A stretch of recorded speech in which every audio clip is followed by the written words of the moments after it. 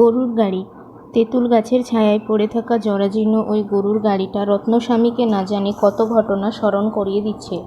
গাড়িটা ছিল ছোট আকারের, বলা হতো মাইনর গাড়ি। মাইনর অর্থে কম বয়সের নয়, বড় ঘরের অল্পবয়স্ক ফুর্তিবাজ ছেলেদের কি মাইনর বলা হয় না? তেমনই এক মাইনরের জন্য তৈরি করা হয়েছিল গাড়িখানা। ক্রমে মাইনর গাড়ি নামেই এটা পরিচিত হয়ে উঠল। এটার দিকে তাকিয়ে কোমলাক্ষী এক রূপবতী যুবতীর চেহারা আর চোখ মুখ আর চোখের উজ্জ্বলতার কথা ওর মনে পড়ে গেল। আর কথা মনে হতেই এক অপরিসীম বেদনায় মনটা ভরে উঠল। বেদনা ছাড়া অন্য কোনো ভাব এ মনে জাগল না। হায়, এ গাড়ি এখনও এখানে পড়ে রয়েছে কেন? কেন এটা পুরোপুরি বিনষ্ট হয়ে গেল না? এটা যে বানিয়েছিল সে মরে গেছে, এটার মালিক মরে গেছে, সে মেয়েও মরে গেছে। পৃথিবীর বুক থেকে সব চিহ্নই মিলিয়ে কিংবা ঝাপসা হয়ে যায়, জল অথবা হাওয়ায় সব মিশে যায়। সেদিনের সব চিহ্নের মধ্যে আজ দুটো হারিয়ে যাওয়ার পথে, একটা এ গাড়ি আর অন্যটা রত্নস্বামী স্বয়ং। ধরনীর পরে চিহ্নটা কি? যদি সেটা দৃশ্যমান, তবে কি সেটা সদা সর্বদার জন্য? আমরা সবাই সংসারে আসি অজ্ঞান বা অন্ধবিশ্বাসী রূপে, আর এসে মায়ায় জড়িয়ে পড়ি। আমরা সব আসি কোথা থেকে? নিশ্চিতভাবে কি বলতে পারি আমাদের আগমন কোথা থেকে? তবে কি মানুষও হাওয়ায় ভেসে যাওয়া জলধারা উদ্ভূত গল্পের সেই বুলবুলি পাখির মতো? বোঝা কঠিন। যে এই কথা জানে বা জানে বলে দাবি করে, তার বক্তব্যও বিশ্বাস করা কঠিন। সংসারের এই মায়া কি বাজে কথা, না সত্যি? মিথ্যা কথায় কলঙ্ক আরোপের প্রশ্ন ওঠে না, কারণ সেটা কলঙ্কজনক ব্যাপার। মিথ্যার ওপর দাগ লাগে না, তবুও তার একটা পূর্ণ চেহারা পাওয়া যায়। সংসারই কি সত্য? সত্য সর্বদাই কলঙ্কমুক্ত। এ জগতে সত্যও রয়েছে, মিথ্যাও। সত্য মিথ্যা মিলিয়ে দুনিয়া। সংসারে যা স্পষ্ট প্রত্যক্ষ করা যায় সেটা মিথ্যা, আর যা অস্পষ্ট সেটাই সত্য। এই ভাঙাচোরা গাড়িটাকে দেখে একদিকে যেমন রত্নস্বামীর মন বেদনায় ভরে উঠল, অন্যদিকে একটা দার্শনিক চিন্তায়ও যেন তাকে পেয়ে বসল। গাড়ির ওপর ছায়া বিস্তার করেছে যে তেঁতুল গাছটা, সেটাও একসময় কত বস্তা বোঝাই তেঁতুল দিয়েছে। এ গাছেরও আজ বার্ধক্য দশা। এখন এ গাছে কেবলমাত্র জ্বালানির কাজই হয়। এই তো মায়ার রহস্য, আশ্চর্যজনক তত্ত্ব। সেই যে হাসি খুশি মেয়েটা সকালে এসে ঝরে পড়া তেঁতুল থেকে কিছু বাছাই করে নিয়ে যেত, তাকে তো সে অনেকবার দেখেছে। কখনো কখনো সে নিজেও তাকে সেই বাছাইয়ে সাহায্য করেছে। তখন সে জানত না যে ভবিষ্যতে তাকে আরও ঘটনায় এর সঙ্গে জড়িয়ে পড়তে হবে। ও কি তবে বিষয়টা জানত? সে কি গোড়া থেকেই ঘটনা কি কি ঘটবে জানতে পেরেছিল? কিন্তু জানবে কি করে সব কথা? না, কখনোই কিছু জানত না। এ কথা নিশ্চয় করেই বলা যায়। লাফিয়ে ঝাঁপিয়ে বাছুর যেমন ক্ষেতের মাঝখান দিয়ে মায়ের পেছনে পেছনে যায়, তেমনই বাচ্চা মেয়ে সরজুও শাড়ির আঁচল দাঁতে কামড়ে ধরে মার পিছু পিছু যেত। এ দৃশ্য কি ভুলবার? সেই সরজু আজ কোথায়, কেমন আছে, কিছুই জানা নেই। লোককে জিজ্ঞাসা করেও কিছু জানা যায়নি। আশেপাশে যারা থাকতো, এখানে আজ তারা কেউই নেই। প্রায় 30 বছর বাদে গাঁয়ে ফিরলে তো এই অবস্থাই হয়, তাই না? পূর্বের পরিচিত কোনো চেহারায় আর আজ দেখা যাচ্ছে না। হ্যাঁ, এই তো সংসার। সুন্দর জিনিসে আমরা সবসময় আনন্দ পাই, তা বলে কি সেটা অবিনশ্বর? দেবী প্রতিমার মতো ওই যুবতী তবে মরে গেল? মরে গেল কেন? রাস্তার সভা রথের মতোই দেখতে ওই গাড়িটা কেন তবে জীর্ণ দশায় পড়ে রয়েছে এভাবে? একদা সবুজ পাতায় ছাওয়া ফুলে ফলে ভরা এই তেঁতুল গাছ আজ ঠুঁটো হয়ে ভূমিশয্যা নেবার দশায় কেন? সৌন্দর্য কিভাবে চিরন্তন? না, এ কথা বলা ভুল, একেবারেই মিথ্যা। শান্তপ্পন নামে এক কুঁড়ে ছুতোর এই ছোট গরুর গাড়িটা বানিয়েছিল এই তেঁতুল গাছের নিচেই। গাঁয়ের ব্যবসায়ী কি আজও পুরাতন ধারা পরম্পরা আঁকড়ে রয়েছে কিংবা নয়? রত্নস্বামী এ বিষয়ে কিছুই জানেন না। আজই সে এখানে এলো, সবাইকেই তার অচেনা মনে হচ্ছে। আগে গ্রামশুদ্ধ সবাই তাকে জানত, তাই এ কথা বললে ভুল বলা হবে না যে সে গ্রামের সবার আদরের ধন ছিল। সবাই রত্নকে ঘরের ছেলে মনে করত। তারপর পদস্খলিত এক দেবদূতের মতো এ গ্রাম ছেড়ে সে চলে যায়। নিশ্চয়ই এদিক ওদিক আনাচে কানাচে কোনো পরিচিত ব্যক্তি, হয়তো বা আজ বার্ধক্য দশায় উপনীত কাউকে দেখা যাবে। কিন্তু এ পর্যন্ত তেমন কেউ নজরে পড়ল না। এরপর হয়তো দেখা হয়ে যাবে। গ্রামে ছুতোর, কামার, শ্যাকরা প্রভৃতি, এমনকি ধাওপা নাপিতদেরও কাজের বদলে পারিশ্রমিক টাকায় দেবার রেওয়াজ ছিল না। ক্ষেতের কাটা ফসল, পাকুড় সবজির একটা ভাগ দেওয়া হতো। নানা পালা পার্বণ, বিবাহ ইত্যাদি ক্রিয়াকাণ্ড, উৎসব ও অন্যান্য উপলক্ষেও ওদের কিছু প্রাপ্তি যোগ হতো। লাঙলের ফলা বদলানো, জোড়া লাগানো, সারের গাড়িতে পট্টি মারা ইত্যাদি সাধারণ কাজ ছুতোরের জন্য নির্দিষ্ট ছিল। ছোটোখাটো কাজের বাইরে একটা সম্পূর্ণ গাড়ি তৈরির কাজের জন্য ওদের আলাদা পারিশ্রমিক দিতে হতো। নিজের কাজই করুক কি ফসল কাটতেই যাক, শান্তপ্পনের সব কাজেই আলসেমি। সব কাজই সে নিজের ঘাড় থেকে নামিয়ে দূরে সরে থাকার চেষ্টা করত। কাজের বদলা সবজি আনতেও সে নিজে যেত না, ওর স্ত্রী বাচ্চা গিয়ে চেয়ে আনতো। কাজটা যেন তার হিসেবে ভিক্ষা চাওয়ার সামিল। গাঁয়ের জমিতেও ওর পরিবারের একটা ছোট অংশ ছিল। সে জমি উর্বর হওয়ায় তা থেকে ওর পরিবারের দুবেলার অন্ন সংস্থান হয়ে যেত। একবার গুরুমূর্তি শান্তপ্পনকে চ্যালেঞ্জ দিয়েছিলেন। আসলে জমিদার গুরুমূর্তি জানতেন যে শান্তপ্পনকে দিয়ে কাজ করানোর ওটাই প্রশস্ত উপায়। অবশ্য বড় জমিদার কথার মানে এই নয় যে ওর কাছে অনেক বেলি জমি ছিল। ওর ছিল কুল্লে 2.5 বেলি জমি। অবশ্য গ্রামে কারোরই 1 বেলির বেশি ছিল না, তাই সবাই গুরুমূর্তিকে খাতির করত। সেটাও বড় জমিদার বলে নয়, ওর আচার ব্যবহারের জন্যই। উনি কাউকে কখনো গালমন্দ করতেন না। তিনি একজন পরম ভক্ত দার্শনিক ব্যক্তি ছিলেন। তথাকথিত উচ্চশিক্ষা লাভ করেননি তিনি। মাত্র 2 শ্রেণীর বেশি তিনি পড়েননি, কিন্তু আলমারি বোঝাই বই, তার মধ্যে বেশিরভাগই ভাগবত স্তুতি, ধর্ম, দর্শন ইত্যাদি বিষয়ক। নিরস নিরর্থক কথা তার ভালো লাগতো না। পড়াশোনা করে নানা কলা সম্বন্ধেও সম্যক ধারণা গড়ে তোলার কোনো অসুবিধা তার ছিল না। কিন্তু তিনি কলা চর্চা নিতান্ত অসার বলে মনে করতেন। সেই কারণে কলা বিষয়ক বই সংগ্রহ করেননি। 18 সিদ্ধাই, তায়ু মানবার পটিত তন্দার ইত্যাদির পদসংগ্রহ, হনুমান পরাক্রম, বিনায়ক মাহাত্ম্য, তিরুবিলায়াত্তাল পুরাণম প্রভৃতি পুস্তক এবং অন্য অনেক কাব্য সংগ্রহ তার কাছে ছিল। এগুলোর মধ্যে জনৈক তাঞ্জোরবাসী রচিত মদ্ভাগবত গীতা ব্যাখ্যা নামক পুস্তকখানি তার খুব প্রিয় ছিল। অনেকবার তিনি এই বইটা পড়েছিলেন। একবার একজন সে বইটি তার কাছ থেকে চেয়ে নিয়ে গেল, কিন্তু ফেরত দেবার আর নাম নেই। এই বইটা হারানো তার খুবই দুর্ভাগ্যজনক মনে হয়েছিল। শান্তপ্পন পয়সা চাইলে গোড়ায় মানা করেও পরে কিছু দিতেন গুরুস্বামী। সর্বদাই তিনি এভাবে তার সঙ্গে একটু মজা করতেন। শান্তপ্পন ওর বাড়ির মন্দির এবং বিগ্রহ স্থাপনের জন্য সুন্দর কারুকার্যময় আসন বানিয়ে দিয়েছে। পরিবারের কল্যাণার্থে গুরুমূর্তি আসনের নিচে নবরত্ন খোদাই করিয়ে দিয়েছেন। একথা শান্তপ্পন জানত না, কিন্তু রত্নস্বামীর জানা ছিল। শান্তপ্পন কোনো পলিটেকনিকে গিয়ে শিক্ষা গ্রহণ করেনি। তখনকার দিনে এরকম শিক্ষার সুযোগই বা ছিল কোথায়? একবার যেটা দেখে নিত সেটা সে নিজ হাতে বানাতে পারত। চোখে দেখে যদি বুঝতো কোনো একটা জিনিসের কমতি আছে, তাহলে নিজের কল্পনা শক্তির সাহায্যে তার কিছু পরিপূরক জিনিস তৈরি করার ক্ষমতা তার ছিল। একদিন গুরুমূর্তি বললেন, কুঁড়ের শান্তপ্পন কি করতে পারবে? শুধু কাঠের খড়মই সে বানাতে পারে। টেঁড়া বাঁকা কাঠ কেটেও সে খড়ম বানায়। জিজ্ঞাসা করলে বলবে, এ তো খুব সোজা কাজ, এ কাজে চোখের আরাম। পারবে কি একটা ছোট গরুর গাড়ি বানাতে? হ্যাঁ, বেশ হালকা পাতলা হবে সেটা। পারবে বানাতে? তার এ কথাকে চ্যালেঞ্জ হিসাবে ধরে নিয়ে কাজে লেগে গেল শান্তপ্পন। গুরুমূর্তি একে একে কাঠ, পেরেক, বেত, মোম, কাপড়, চট, ধনুক, জ্যা ইত্যাদি জিনিস কিনে ফেললেন। কাঠের কাজে সহায়তা করার জন্য কয়েকজনকে নিযুক্ত করা হলো।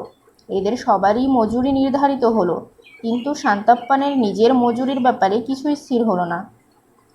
গুরুমূর্তির কাছ থেকে কি মজুরি নেওয়া যায়? তিনিই তো তার আশ্রয়দাতা আর কলাবৃত্তির পৃষ্ঠপোষক। শান্তপ্পনের কাছে গুরুমূর্তির তরফে প্রশংসাসূচক 2টি কথা। সাবাস শান্তপ্পন, মজুরির চেয়ে অনেকখানি বেশি। গুরুমূর্তির গৃহে শান্তপ্পনের যথেষ্ট আদর আপ্যায়ন যুক্ত। কাজের দিনে তো কথাই নেই, তখন কফি, সকালের জলখাবার, ভোজন সবই। কি সকালের জলখাবার, কি দুপুরের ভোজন, কিছুই সে তাড়িয়ে তাড়িয়ে খেতে পারত না, কারণ খালি পেটে কাজ করতেই সে ভালোবাসত। গরম গরম কিছু খাওয়া তার দ্বারা হতো না। হাতের কাজ ছেড়ে একটু দম নিয়ে সে খেত। ফলে বিলম্ব হওয়ায় খাবার সব কিছুই ঠান্ডা হয়ে যেত। হালকা ধরনের এই গরুর গাড়িটা সে তাড়াতাড়ি বানিয়ে ফেলল। 4-5 মাস বাদে পাশেই এক গাঁয়ে একটা বিয়ে। শান্তপ্পন বলল, গুরুমূর্তি বাবু, আমার বানানো এই গাড়ি চড়ে বিয়েতে যাবেন, তাই এটা তাড়াতাড়ি বানিয়ে ফেললাম। সবচেয়ে আগে বানালো গাড়ির ওপরের অংশটা, তারপর 3বার রং লাগালো। জায়গায় জায়গায় লাল, হলদে, নীল আর বেগুনি রঙের কাঁচ সেটে দেওয়া হলো।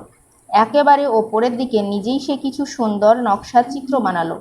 শান্তপ্পন ছবিও আঁকতে পারত। গাড়ি দেখে গুরুমূর্তি বললেন, সাবাস, জব্বর বানিয়েছ এই গরুর গাড়িখানা।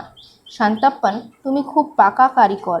শান্তপ্পনের গোঁফ ছিল না, কিন্তু সে গোঁফে তা দেবার ভান করল। গাড়ি যে সময় তৈরি হলো তখন সরজু আর ছোট্টটু নেই, অনেক বড় হয়ে গিয়েছে। আরও 8টি বাচ্চা হতে পারত তার মার। সরজু 11 পেরিয়েছিল, কিন্তু তার মায়ের আর কোনো সন্তান হয়নি। হায়, একটা ছেলে হলো না কেন? বিধাতা বড় নিষ্ঠুর, চোখ তার অন্ধ। এই অভাব তার জীবন বিধাতা রাখলো কেন? এভাবেই তো হায়, সে কথা কল্পনাও করা যায় না। যদি রত্নমের বাবা এই গ্রামে মাস্টারি নিয়ে না আসতেন তাহলে কি ভালো হতো না? আশেপাশে কোনো গ্রামে পাঠশালা ছিল না। এই গ্রামে না থাকলেই বা কী ক্ষতি ছিল? না হলেই কত ভালো হতো। বাবা এখানে মাস্টার ছিলেন, তাই রত্নস্বামীকেও এখানে এসেই থাকতে হলো। সে কারণেই গুরুমূর্তির সঙ্গে তার বন্ধুত্ব হলো, আর তার সঙ্গে ভাইয়ের মতো ব্যবহার শুরু হলো। দার্শনিক ছিলেন তিনি, তাছাড়া রত্নস্বামীর তর্কবিচার শুনে আর সেসবের সমাধানেও তার বিশেষ আনন্দ হতো। খেলার ছলে গুরুমূর্তি অসম্মান করতেন না। তাস খেলতে বসেও তিনি রত্নমের বুদ্ধি কৌশল দেখে আনন্দিত হতেন। তার ধারণায় রত্নম বুদ্ধিমান এবং এক হিসেবে তার মধ্যে কোনো নীচতা ছিল না। তাই কোনো কঠিন ব্যাপার কিছু হলেই রত্নমকে খবর দিতেন। এমনকি ওর স্ত্রী শিবকামীও প্রতি কাজে একেই রাখত। কোনো সাহায্য ছাড়া কুয়োয় পড়ে যাওয়া ঘটি তোলানো, নারকেল গাছে চড়ে নারকেল পেড়ে দেওয়া, আড়িয়ল বলদ জোতা গাড়ি সোজা চালিয়ে নিয়ে যাওয়া, নিত্যকার সব কাজের জন্য রত্নম সর্বদা তৈরি। এভাবেই গাড়ি চালানোর ব্যাপার নিয়ে তার এই দুর্দশা হলো। নতুন গাড়ি নিয়ে রত্নস্বামী তৈরি।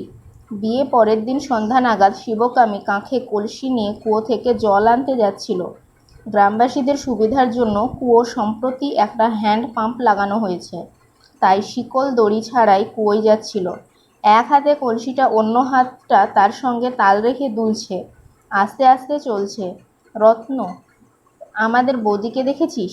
কাঁখে কলসি নিয়ে যাওয়ার সময় শিবকামীকে দেখে মনে হয় যেন বালক কৃষ্ণকে কোলে নিয়ে মা যশোদা যাচ্ছেন। এ যশোদার ছেলে না হওয়ায় বড় দুঃখ মনে।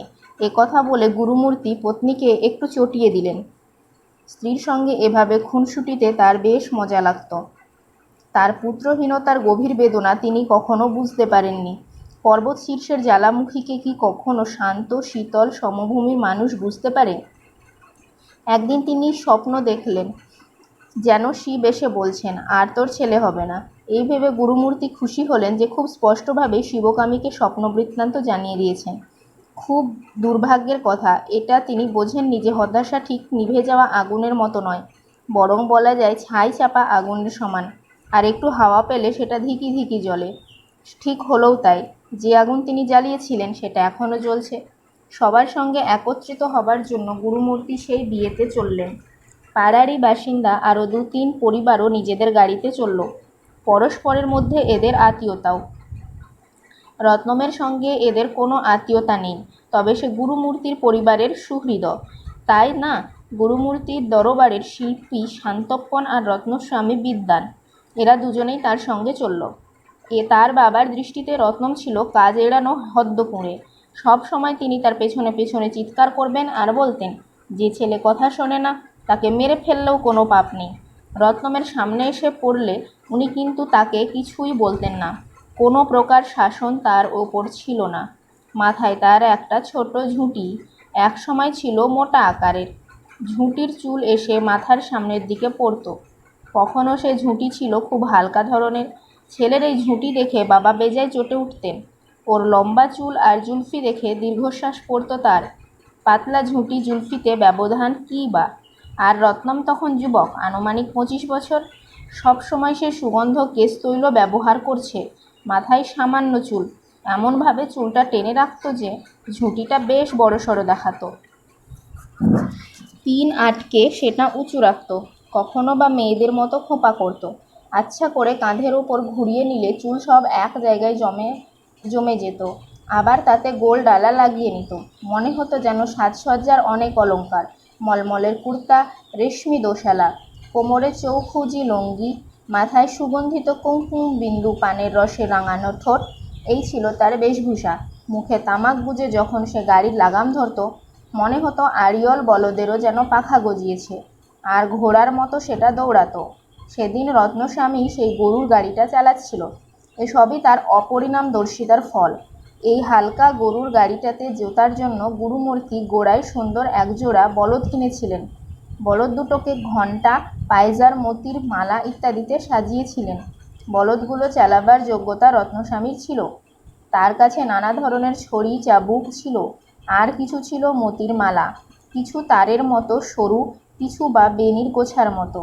নানা ধরনের সব চাবুকের সঙ্গে একটা ছাতাও সে নিজের কাছে রেখেছিল। ছাতা দেখে ভীত চকিত বলদগুলোকে দেখে তার বেশ মজা লাগতো। ছড়ি চাবুকের মার সত্ত্বেও কথা না শুনলে ছাতাটা খুলে সে বলদগুলোর দিকে ধরতো। এ সময় তার এত মজা লাগতো যেন প্যারাশুটে উড়ছে। ও ভাবতো নতুন বলদগুলোকে বশ করার জন্য গোছাওয়ালা চাবুক ছাড়াও ছাতা প্রয়োজন, তাই সে এটা সঙ্গে নিয়ে চলেছিল। রওনা হবার মুখে গুরুমূর্তি ওকে উস্কে দিলেন, আরে রত্নম, তারের বাড়ি মেরে বলদগুলোর গায়ে ঘা করে দিস না, সামলিয়ে ধীরে ধীরে গাড়ি চালাবি। রত্নম জোরের সঙ্গে জবাব দিল, আপনার কোনো চিন্তা করার দরকার নেই। রত্নম জানতো বলদের শরীরে তার দিয়ে জোরে মারতে নেই। আস্তে খোঁচা দিয়ে সেটা ধীরে টেনে নিলে শরীর থেকে এক ফোঁটাও রক্ত ঝরবে না। যদি একটু রক্ত বেরোয় তবে একটু গোবর লাগিয়ে দিলেই সব ঠিক হয়ে যায়। গাড়ি চালিয়ে দিল রত্নম। বলদে টানা এই গাড়িটা ছোট আর সুন্দর, তার মধ্যে সুন্দরী রমণীরা বসে।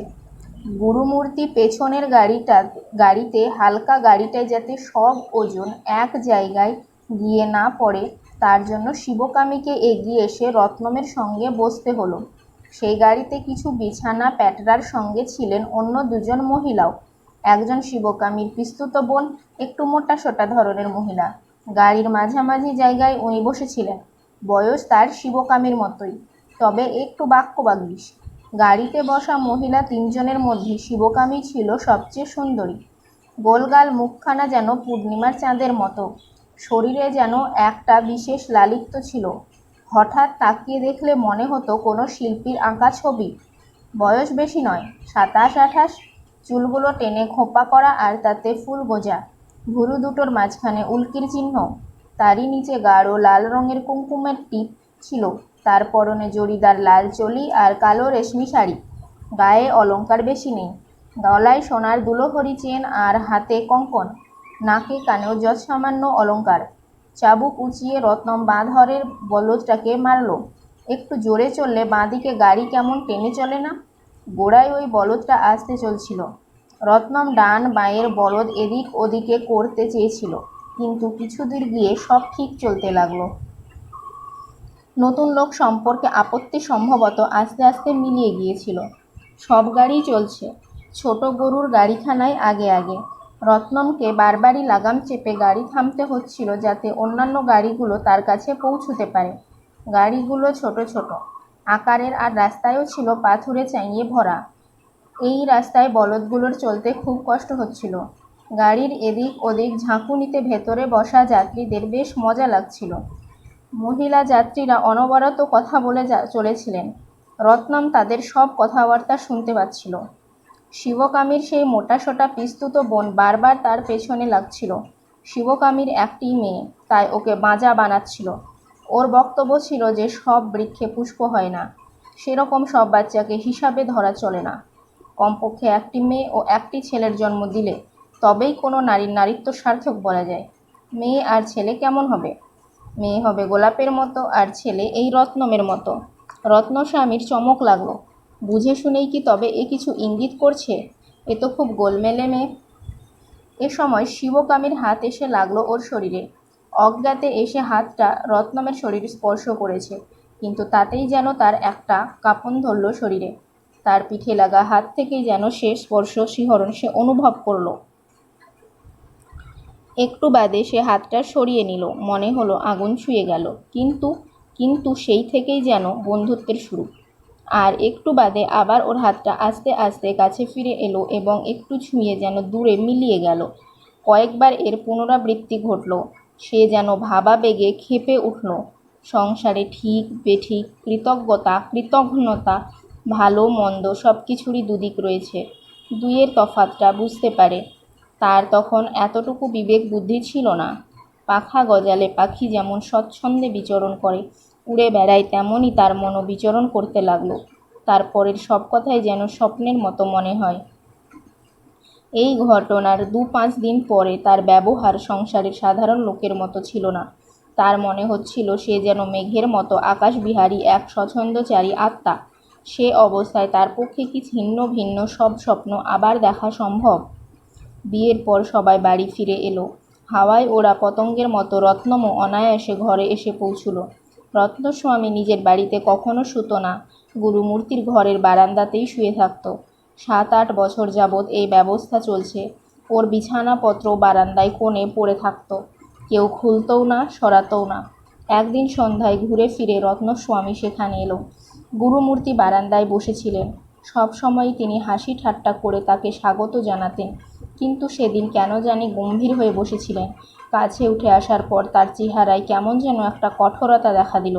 এক লাফে উঠে দাঁড়িয়ে রত্নমের দিকে তাকিয়ে হঠাৎ অত্যন্ত ক্রুদ্ধ হয়ে বারান্দায় পড়ে থাকা রত্নস্বামীর বিছানাটায় এক লাথি মারলেন। বিছানাটা ঘর থেকে ছিটকে 2 গজ দূরে রাস্তায় গিয়ে পড়ল। রত্নম স্তম্ভিত হয়ে গেল। চুপচাপ ঘরের বাইরে এক গাছের নিচে সে পাথরের মতো নিশ্চল হয়ে রইল। কিছুক্ষণ দাঁড়িয়ে শূন্য দৃষ্টিতে তাকিয়ে থাকে গুরুমূর্তি চলে গেলেন। কিছুক্ষণ পরে রত্নমের চেতনা ফিরে এলো। লোকটা একটা জানোয়ার একটা, বলতে বলতে সে চলে গেল। রাস্তায় ছড়িয়ে পড়া বিছানাটা উঠিয়ে সে ঠিক করলো। মনে নানা চিন্তা। মানুষের খিদে পায়, পিপাসা লাগে, প্রকৃতি চালিত হয়ে নানা কাজ করে। আগুন, হাওয়া, বাষ্প, বিদ্যুতের মধ্যে যেমন নানা ধরনের তৎপরতা দেখা যায়, তেমনি ভাবাবেগে চালিত হয়ে অথবা চঞ্চলতাবশত না জানি মানুষ কত কী কাজ করে। ন্যায়, ধর্ম, সত্য, পাপ, পুণ্য ইত্যাদি উৎপত্তি কেবল কথারই জন্য। ভাবনা তাড়িত হলে এসবের কোনো মূল্যই আর থাকে না। সত্য কি? এই বিয়ের ব্যস্ততার মধ্যে এই ঘটনা ঘটল, যেটা রত্নমের আজীবন বেদনার একটা কারণ হয়ে রইল। সেই ঘটনা নিয়ে লোকে ফিসফাস করতে শুরু করলো, কিন্তু গুরুমূর্তিকে বলার কারোর সাহস হলো না। গ্রামে ফিরে আসার পর কোনো ক্রমে কথাটা তিনি জানতে পারেন। আমার নিজের পালা পোষা গায়ে বলদ যদি আমার দিকেই তেড়ে আসে তবে কেমন লাগে? তখন গুরুমূর্তি যা ইচ্ছা করতে পারতেন, কিন্তু কিছুই করলেন না, কারণ তিনি ছিলেন দার্শনিক আর শান্ত স্বভাবের লোক। শান্তির পাথরে অনবরত ঘা মারা, তেড়ে ফুঁড়ে যাওয়া ক্রোধের প্রবাহকে কি কখনো গঙ্গার বেগবতী ধারার সমান বলা যায়? তখন সেটা খরস্রোতা ঝর্ণাধারার রূপ ধারণ করেছে। সেদিন গুরুমূর্তির চেহারা সম্পূর্ণ বদলে গেল। বিষধর সাপের মতো রত্নমেরও কারোর সামনে আসার সাহস ছিল না, তাই সে লুকিয়ে বেড়াচ্ছিল। এই ঘটনার পর বেশি দিন শিবকামী জীবিত ছিল না। কিছু ঘটনা আর উড়ো উড়ো খবর জুড়ে রত্নম তার শেষের দিনগুলো কেমন কেটেছিল কল্পনা করে নিতে পেরেছিল। গুরুমূর্তি তাকে একটা কথাও বলেননি, তাকে বাড়ি থেকে দূর করেও দেননি। পদ্মপাতায় জলের মতো সেও বাড়িতে থেকে বাড়ির সঙ্গে মিশে যায়নি একেবারে। রাজর্ষির মতো সে গৃহী রইল, কিন্তু জীবনযাপন করতে লাগলো সন্ন্যাসীর মতো। শিবকামীর কী হলো কথাটা যখন গুরুমূর্তির কানে পৌঁছল, তখন প্রাণ যেন তার শরীর থেকে ছেড়ে গেল। জীবিত শবের মতো তাকে দেখাতো। সেদিন যে জ্বর এলো তার, সেটা আর কমল না। দিনে দিনে সেই জ্বর বেড়ে চলল। শেষ অবধি মৃত্যুর কারণ হয়ে সেটি তার প্রাণ হরণ করল। এতে বিস্ময়ের কিছু নেই। শ্মশানে গিয়ে তাকে আগুন দেওয়ার পর গুরুমূর্তি অনায়াসে যে কথা উচ্চারণ করেছিলেন, সেই বাক্যগুলো যেন রত্নমের বুকে শূলের মতো এখনও বিঁধছে। তুই এখন পবিত্র হলি, নিজের ভুলের তুই এখন প্রায়শ্চিত্ত করলি, সৌভাগ্যবতীর পরিচয় নিয়ে সংসার ছাড়ছিস তুই। আচ্ছা যা। কিন্তু ওই ওই অবোধ যুবক? আর কিছু তিনি বলেননি। তার আর বলারই বা কী ছিল? না বলা সেই কথাটা জানতেই কি কোনো উপায় আছে? মুনি ঋষিদের মতো যিনি জীবন অতিবাহিত করলেন, সেই মহাপ্রাণের মৃত্যুর পরও আজ 6 মাস কেটে গেছে। এখন কেবল গরুর গাড়িটাই রয়ে গেছে। মৃত্যুকালে উনি বলে গেছেন যে শান্তাপ্পান ছাড়া অন্য কেউ ওই গাড়িতে হাত দেবেন না। সেও কিছুদিন ভারাক্রান্ত হৃদয়ে এসে গাড়িটায় বসত, শুয়ে থাকত, কিন্তু কয়েক বছর হলো সেও মারা গেছে। এসবই কেমন আশ্চর্যের ব্যাপার। তার মৃত্যুর পর রত্নম চুপচাপ একদিন গ্রাম ছেড়ে এদিক ওদিক ঘুরে বেড়ালো। টাকা পয়সা সে অনেক কামিয়েছে, কিন্তু মনের ভার তার হালকা হলো না। তার মনে হলো সে ভার বহনে সে অসমর্থ। বিয়ের ইচ্ছা প্রকাশ করে অনেক মেয়ে তার কাছে এসেছে, কিন্তু কাউকে বিয়ে করতে তার আগ্রহ জাগেনি। বারবারই কঙ্গেশ্বরী গ্রামে ফিরে আসার ইচ্ছা তার মনে উঁকি দিয়েছে, কিন্তু এক অজ্ঞাত ভয় আর ভাবনা এসে সে ইচ্ছায় বাধা দিয়েছে। শেষ অবধি ভয় বিসর্জন দিয়ে গ্রামে এসেছে। এই দৃশ্য দেখার জন্যই কি এখানে সে এসেছে? কখনোই নয়। স্বপ্নেও সে এই দৃশ্য দেখবে বলে ভাবেনি। জীবিতকালে রত্নমকে উনি ক্ষমা করেননি। সে পাপ স্খলনের উপায় কী? সে পাপের প্রায়শ্চিত্ত কী? থেকে থেকে ক্ষুব্ধ হয়ে ওঠা মন কি জীবনের অন্তিমকাল অবধি শান্তি পাবে না? সে এক দৃঢ় সংকল্প নিল। গুরুমূর্তির বাড়ি হয়তো আজ অন্যের অধিকারে, যদি তার জন্য প্রচুর অর্থ দিতে হয় তা দিয়েও সে সেটা কিনে নেবে। যতদিন সে বেঁচে থাকবে ততদিন গুরুমূর্তির মতোই গরুর গাড়িটার দেখাশোনা করবে। তারপর ঘরের ভেতর তাদের দুজনের ছবি টাঙিয়ে রোজ কি ক্ষমা ভিক্ষা চাইবে? তারপর কি রাতে বিনা ব্যাঘাতে নিদ্রা যেতে পারবে? না, কখনোই নয়। তারপর এমনভাবে থাকবে যাতে আরও কৃচ্ছ সাধন করতে পারে। সংকল্প বিচ্যুত সে হবে না। আজ থেকে সে কৃচ্ছ সাধন শুরু করবে। চিন্তার মধ্যপথেই রত্নম ক্লান্ত হয়ে পড়ল, আর ঘোর পরিশ্রমের ফলে সে পুরনো বারান্দাতে ধপ করে থামের গায়ে মাথা হেলিয়ে পড়ল। আর এভাবেই সে সদা সর্বদা শুয়ে থাকবে, কিন্তু তার শোয়ার জন্য কোনো বিছানা থাকবে না, কিছুই মিলবে না।